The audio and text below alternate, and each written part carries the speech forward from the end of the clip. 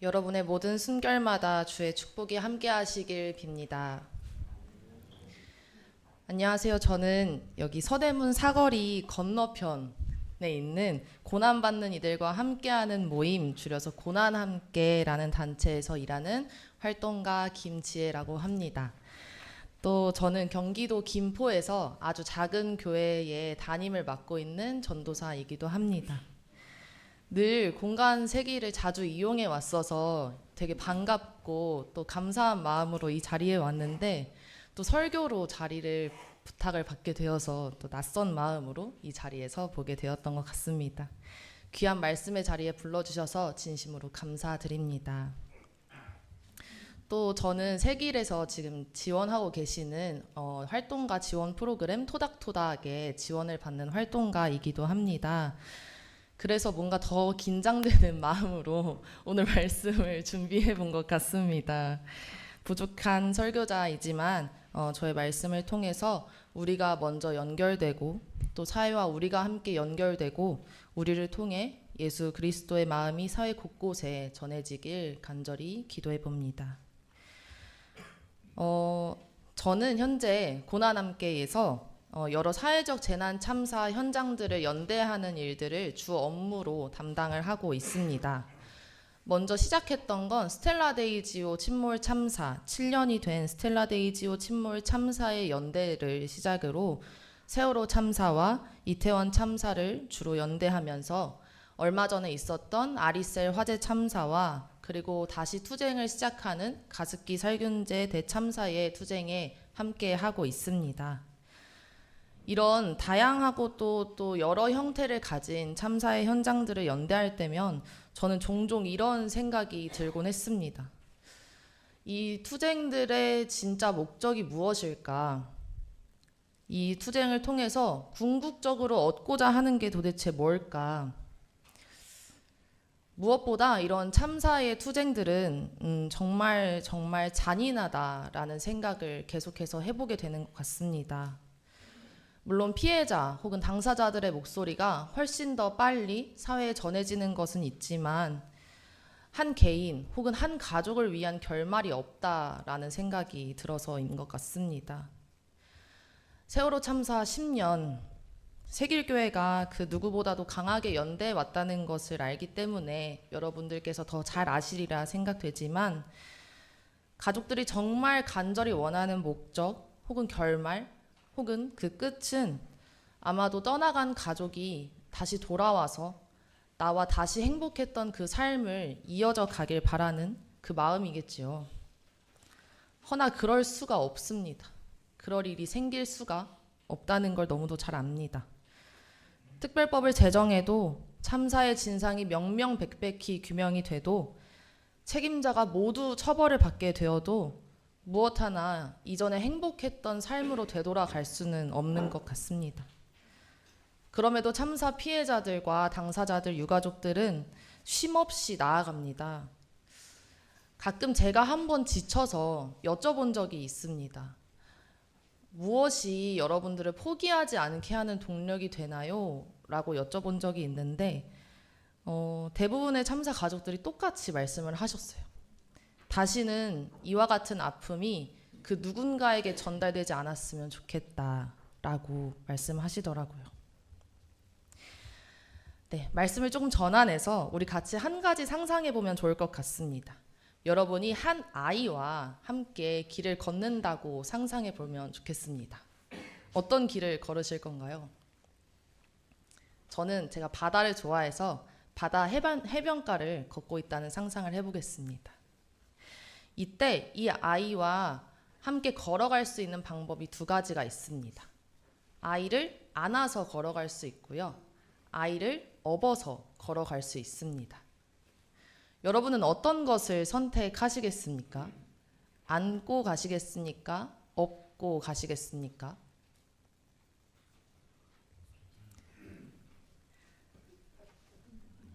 업고. 그렇죠. 허리도 아프고 몸도 쪼이고 어깨도 아프고. 그렇다면 전 여기서 문제를 내드리려고 했습니다. 안고 걷는 것과 업고 걷는 것의 차이는 무엇일까요? 맞습니다. 제가 오늘 설교의 제목에서 제가 생각한 답을 적어 두었는데요. 제가 생각한 답은 시선이었습니다. 않는 것과 없는 것에는 정말 다양하고 많은 차이들이 있을 거예요. 하지만 가장 큰 차이라고 생각이 드는 것은 바로 시선이었습니다. 함께 길을 걸을 때 안고서 함께 길을 걷게 되면 서로의 눈을 바라보게 되고, 업고서 함께 길을 걸어가게 되면 같은 목적지를 향해 걸어가게 됩니다. 오늘 우리가 함께 읽은 말씀에서 예수는 사람들을 어떤 모습으로 대하고 계신 것 같으신가요? 우리 같이 말씀을 살펴보면서 이야기 들으면 좋을 것 같습니다.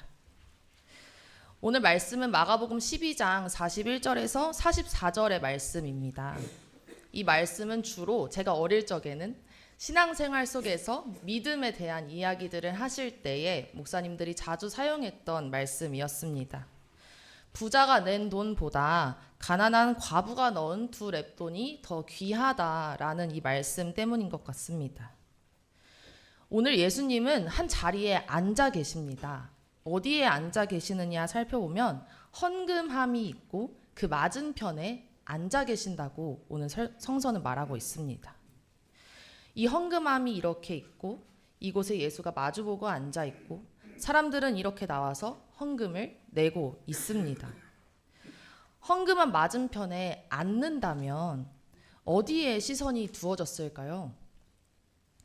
앉으면 아마도 상상하기로 앉으면 높고 서면 낮은 이 헌금함을 바라볼 때에 예수의 시선은 앉아있기 때문에 헌금을 내는 사람들의 손과 헌금을 내는 사람들의 마음, 그들의 눈이 보였으리라 상상이 됩니다.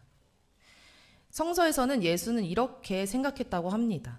앉아서 헌금함 맞은편에 앉아 어떻게 돈을 넣는가를 보고 계셨다.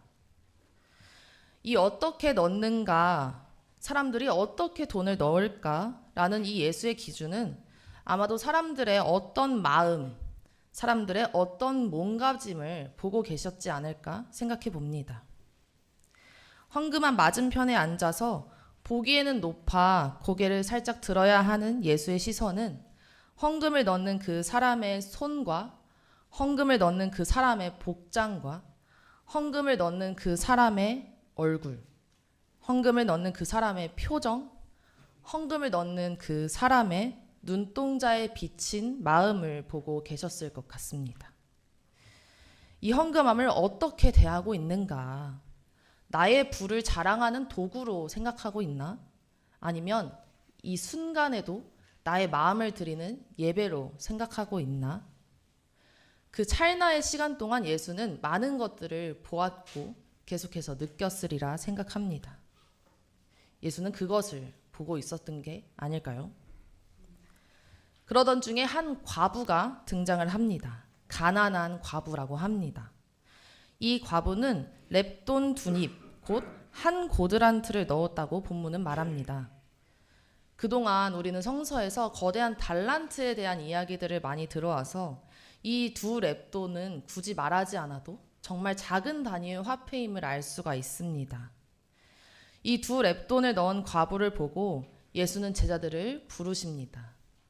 어디에 부르시냐? 그의 곁에 그와 같은 시선에 앉아서 볼 수 있도록 그의 곁에 부르신다고 말씀합니다. 그리고 이렇게 말씀하십니다. 방금 이 돈을 넣은 과부가 그 누구보다도 더 많은 돈을 넣었다. 그동안 넉넉한 사람들은 얼마씩 떼서 넣었지만 이 과부는 가난한 중에 가진 것을 모두 털어 넣었다라고 말하죠. 가난을 경험해보지 못한 사람들, 이 과부의 입장을 경험해보지 못한 사람들은 과부가 낸 돈, 이 2렙돈의 의미를 전혀 알 수가 없습니다. 이 시선이 2렙돈을 낸 손에만 있었다면 말이죠.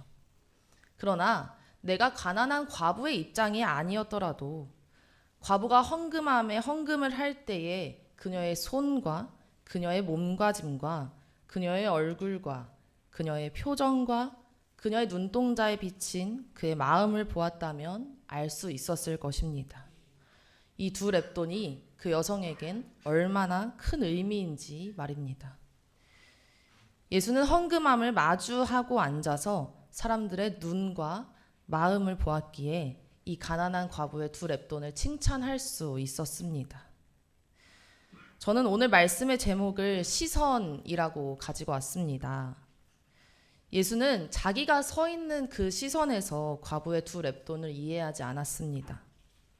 자신의 시선을 낮추어서 그곳에 앉아 그 여성의 눈과 마음을 보고 그 두 랩돈을 이해했습니다. 그렇기에 그 여성이 어떤 상황에서 이 두 랩돈을 내었을지를 누구보다도 잘 공감할 수 있었습니다. 저는 오늘 이 말씀 속 예수의 모습이 재난참사 피해자 또 유가족들을 만났을 때 그리스도인으로서 갖춰야 할 첫 번째 모습이 아닐까라는 생각을 합니다. 말씀을 시작하면서 앉는 것과 없는 것의 차이를 저는 시선의 차이다라고 생각한다 말씀드렸습니다. 예수는 늘 먼저 안아주는 사람이었던 것 같습니다. 그의 시선을 그들이 서 있는 그 방향을 향해서 그들이 바라보는 그 마음에 닿을 수 있도록 그 시선을 낮추는 사람이었습니다. 앉고 눈을 맞추고 마음을 읽는 사람이었습니다.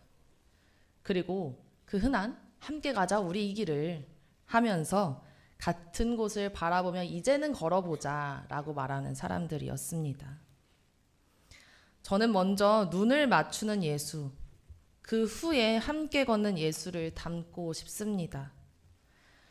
재난참사 피해자들과 유가족들의 눈을 먼저 맞추는 사람이 되고 싶습니다.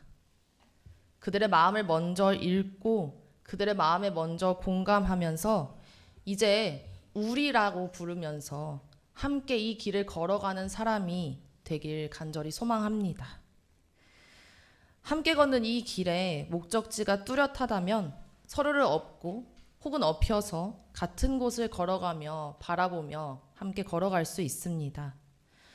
하지만 이 걸음이 목적지를 향해 나아가는 그 과정이 더 중요하다면, 이 길이 더 중요하다면 서로를 안아 눈을 맞추고 서로가 원하는 방향을 말하면서 마음을 나누면서 걷는 것이 더 중요하다 생각합니다. 같은 재난 참사를 겪어본 이들이 아니라면 우리는 결코 재난 참사 피해자들의 마음을 다 공감할 수 없습니다. 그러나 분명히 아는 것은 가족들은 이 투쟁을 모두 마친다고 해도 삶은 이전에 평범했던 그 행복하던 시간으로 돌아갈 수 없다는 것은 누구보다도 다 잘 알고 있습니다.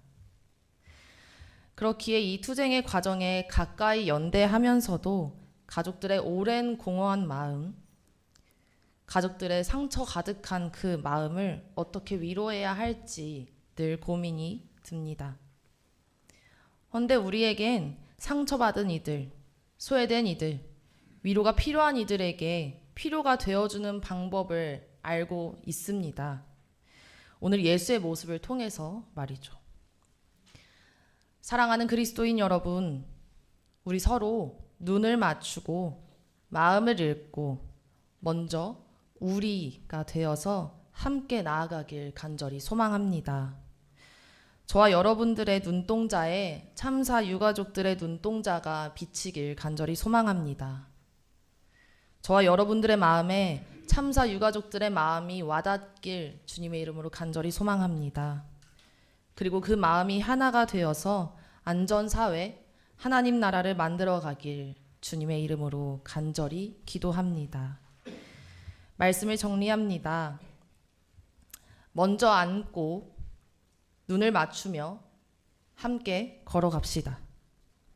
아직 걸어갈 길이 험난하고 또 지난하지만 그리스도인인 저와 여러분들이 참사 유가족들의 우리가 되어서 이 길에 함께 걷는다면 노란 리본도 주황 리본도 보라 리본도 색이 다 바래지기 전에 진실이 분명히 드러나게 되리라 믿습니다. 그렇게 저도 끝까지 함께하고 연대하겠습니다. 우리 새길교회 공동체 여러분들도 늘 이 걸음에 함께 해주시길 간절히 소망합니다. 늘 힘주셔서 감사합니다. 말씀 마치겠습니다.